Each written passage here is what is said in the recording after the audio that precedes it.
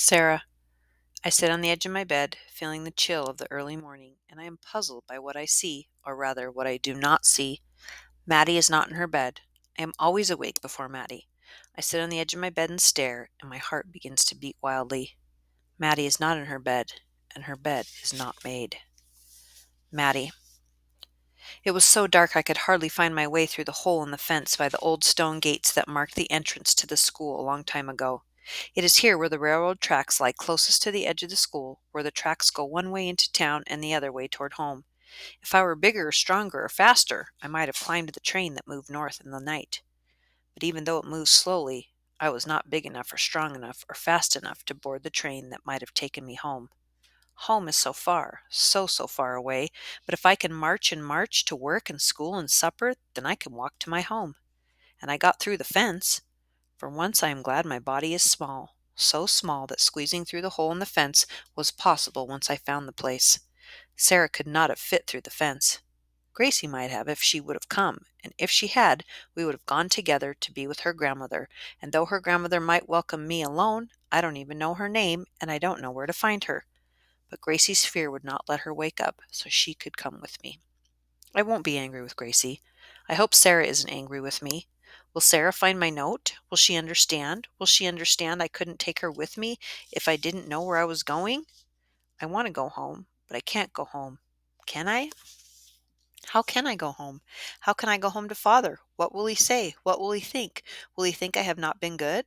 But I can't go back to the school where they think I am a thief. I can't. If my father hears they think I am a thief, he will forgive me for not being good, because even if I forget to march when I should, and laugh with Gracie when I should not, and speak Mohawk when I should not, and run away when I should not, he knows I am not a thief. But maybe he will not know Mrs. Dwyer called me a thief. So I must try to go home. I thought if I followed the tracks from the train that brought us here, I could find my way home. I thought if I let the sun shine on my right shoulder through the hours of the morning, I could find my way home. I thought if I followed the brightest star of Little Bear through the darkness of the night, I could find my way home.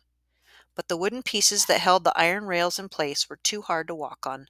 They slowed me down when what I wanted most was to be fast away from the school. So I walked beside the tracks, not on them, and in the dark I found they disappeared. The clouds hid the stars from my sight, and the morning rain kept the sun asleep, and me hiding in an old barn, where the smell of musty hay made my stomach ache. When the rain stopped and I began again, there was no sun or star to guide me, so now I walk and walk in circles, going nowhere. Sarah. So obviously she did, Ida taunts from across the table where we sit eating supper.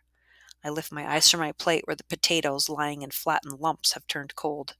I lift my eyes and tell her with my eyes that she is wrong, that my sister is not a thief.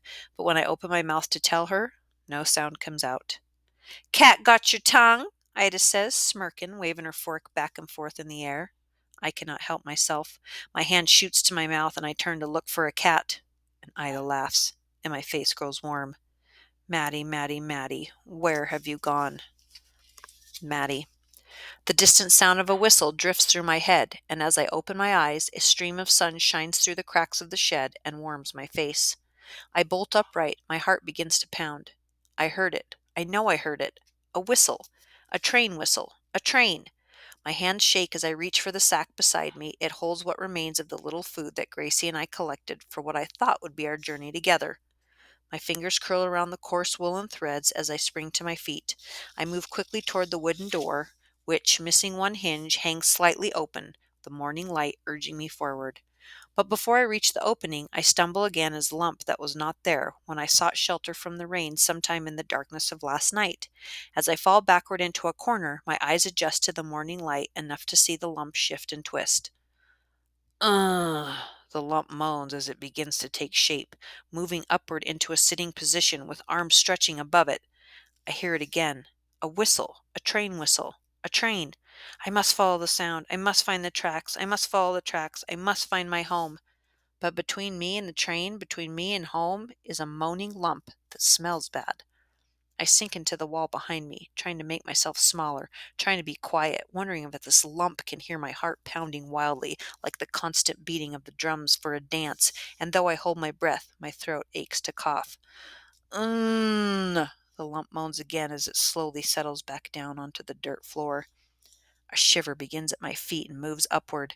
At first I think it is the fear I feel, but the dampness of my clothes and the cold that has clung to me for 2 nights is winning the battle with my throat. I press my fisted fingers tightly against my mouth, but I cannot stop the cough that seems to echo endlessly throughout the shed. Huh? The lump moans as it moves awkwardly to an upright position and turns to face me. 2 cloudy blue eyes buried in a tangled mass of hair exchange stares with my own. "What you doing here?" a raspy voice asks. I pull my bag close to my chest to provide a shield between me and this man who has risen to his feet. I open my mouth to speak, but only a cough escapes into the air. "What you got there?" he asks as he moves toward me. Thick hands caked with dirt stretch forward. "You got any food?" I hear it again. The whistle, louder, closer. "Come on, give it here," he says, grabbing the sack from my hands as he shoves me onto one side. While he reaches into the sack for the lone piece of bread, the only one left from the small store of food, I bolt past him, heading toward the doorway, only to be stopped sharply as he swings his arm out in one quick move and loops it around my throat, pulling me up against him so closely that between the sour smell of his breath and the tightness of his arm, I cannot breathe. "Not so fast. What else you got?" "Let me go, let me go," I scream in my head. No sound and no air comes out of my throat. The train whistle sounds far away, and the morning light starts to dim, and my body begins to sink. Mother, I see my mother. "No!" I hear myself scream as my lungs fill once more with air. I hunch my shoulders forward and shrink my body downward. I slide beneath his arm and sink to the dirt, scrambling at once toward the door. For the second time on my journey, I am glad I am small. "Get back here!" he growls, grabbing at my foot, pulling me backward. But as I claw the dirt, the fingers of my left hand feel the roughness of a small stone, and in one quick move, I scoop it up and turn to face my enemy, flinging my only hope smack into his face. "Yow!" he yelps. "You little bitch!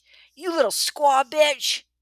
But I am already out of the shed, running toward the morning light, toward the sound of the distant train that holds my hope of home. "I miss her too," Miss Weston whispers as she squats low beside my desk, where I stare at the primer open flat before me. I do not want to look at her. I do not want to see if blue eyes can be as sad as brown eyes. I hear the sadness in her voice, but there's nothing to say. There's nothing I want to say. "Maddie is smart," she says, "and strong. Don't worry, she'll be safe." She pats my arm gently, but I am angry because she is wrong and she does not know she is wrong. Maddie's spirit is strong, but Maddie is not strong.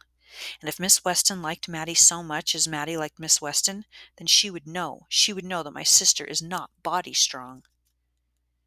"Do you know where she might be?" she asks, closing the unread book on my desk, waiting for me to look at her, looking for my full attention. But it is attention I am not willing to give. I have no answer. Maddie's note that I wanted to keep, Maddie's note that I put in the stove because I did not dare even to hide it. Maddie's note did not say she was going home. Maddie's note was not a goodbye. Maddie's note was a gift. "We will always be sisters. The memory of my basket will live forever. I give you that memory." I shrug my shoulders and open the book once more to a page that means nothing to me. "She must have said something to you," she declares in a tone edged with annoyance, a tone that says she has lost her patience with me. "Please tell me, Sarah." I say nothing. She rises, and I am glad that her eyes are above me, that she cannot see into my thoughts. Maddie would trust Miss Weston with her thoughts, but I am not Maddie. "She's probably trying to go home, isn't she?" I shrug my shoulders once more.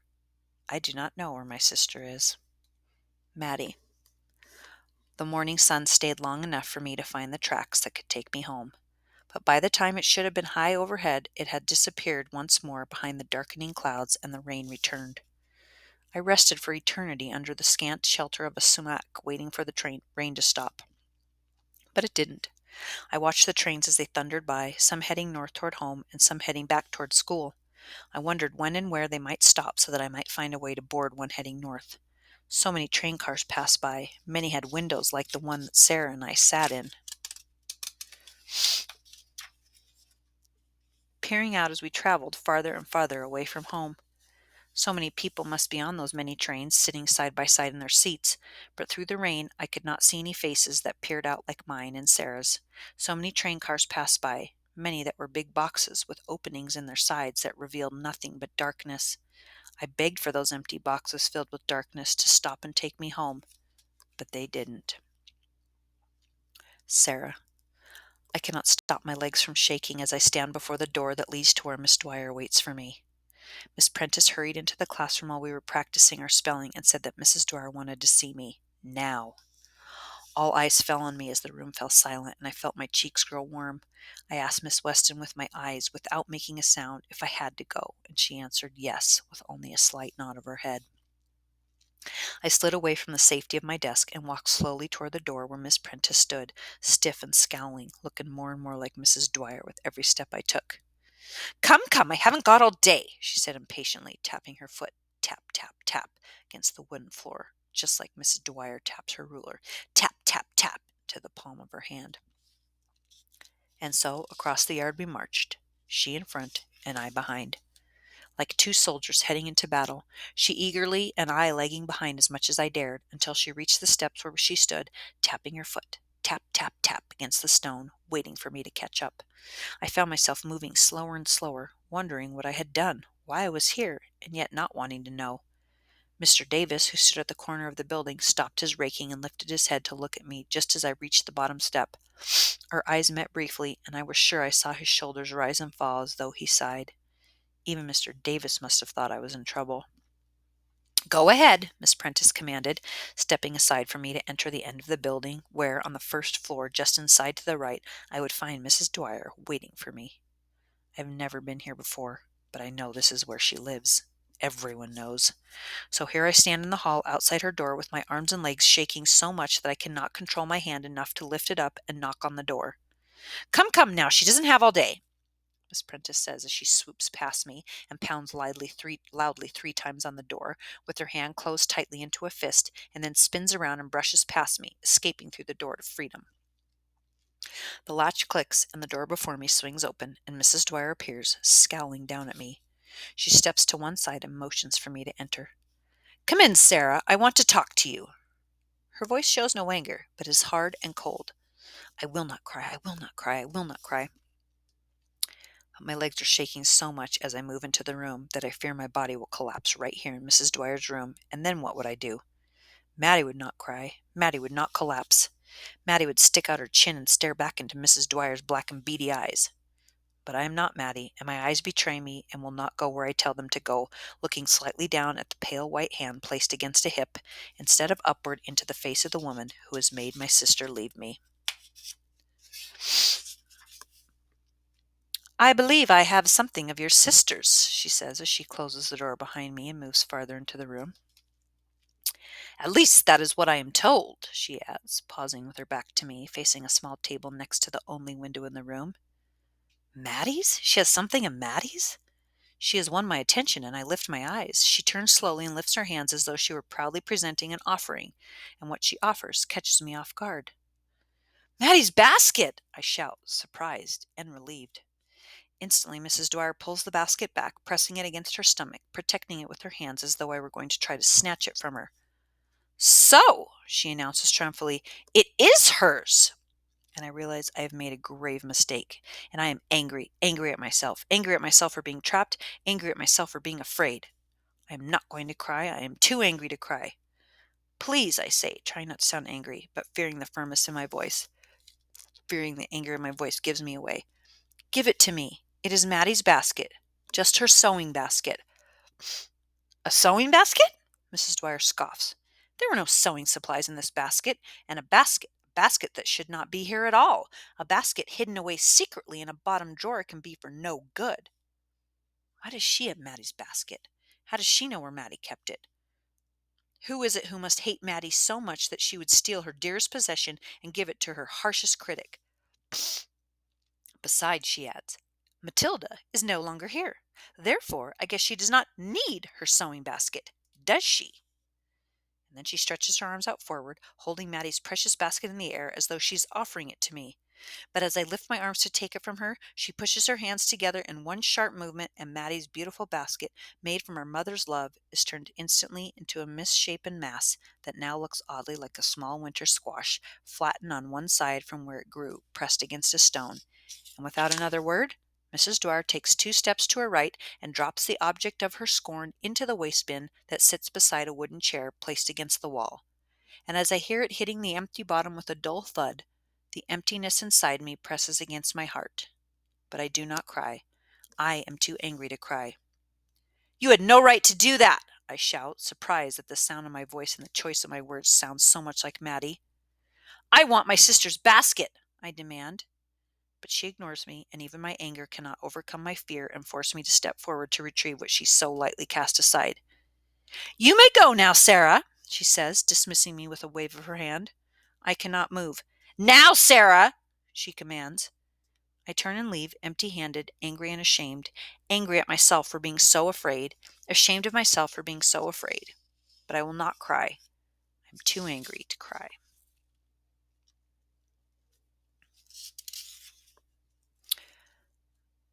Maddie. The sky has stopped the rain, but the warmth of the sun, which has once more appeared, cannot stop my body from shaking as I kneel to the ground, hidden behind a stalk, pulling back the husk from an ear of corn. At home, we would have long ago gathered the 3 sisters, the squash, the corn, and beans that grow in the field between our barn and the great river, and what had not been gathered would have softened from the frost. If I must be so far from home, I am grateful that the frost has not yet arrived, and that the farmer's field beside the endless tracks still holds something to ease my hunger. The corn is hard and dry, but I was so hungry it was easy to pretend that it is just as tender and sweet as the corn that father grows. My stomach says I am full, but many kernels are left on the cob, so I press the husk back in place.